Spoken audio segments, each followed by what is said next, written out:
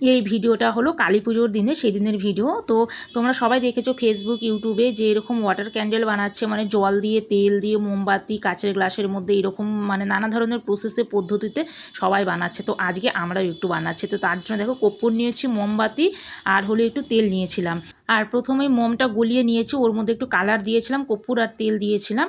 আর এখানে দেখো প্রদীপে দিয়েছে, আর এখানে কাচের গ্লাসের নিচে জল দিয়েছে। আর ডেকোরেশনের জন্য নিচে দেখো এই যে শামুক, ঝিনুক, ফুল, পাতা এই সমস্ত কিছু দিয়েছি। উপরে একটু পুঁথি টুথি এই সমস্ত কিছু দিয়েছি, দেখতে ভালো লাগবে সেই জন্য। আর দেখো জ্বালানোর পর কিন্তু সত্যিই খুব সুন্দর লাগছে।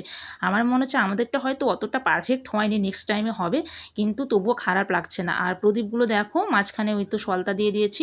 আর সব প্রদীপগুলো দেখো আমার মেয়ে নিজে হাতে এই যে এরকম ডিজাইন করছে, একটু কালার দিয়ে একটু রং করছে, ফুল ফুল এই সমস্ত তৈরি করছে, বেশ ভালোই লাগছিল। তো ফার্স্ট টাইম ট্রাই করলাম, যাই হোক খুব একটা খারাপ হয়নি, নেক্সট টাইমে আরও ভালো করার চেষ্টা করবো। আর এদিকে দেখো সব প্রদীপগুলো হয়ে গেছে। এই দেখো ডিজাইন করেছে আমার মেয়ে, একটু কালার টালার দিয়ে ডিজাইন করেছে, বেশ ভালোই লাগছে দেখতে।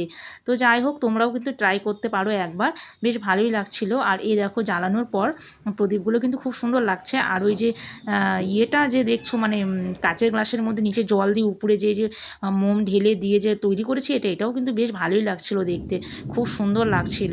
সবাই তো অনেক ধরনের প্রসেসে করেছে, তো আমিও একটু চেষ্টা করেছিলাম। তো টাটা।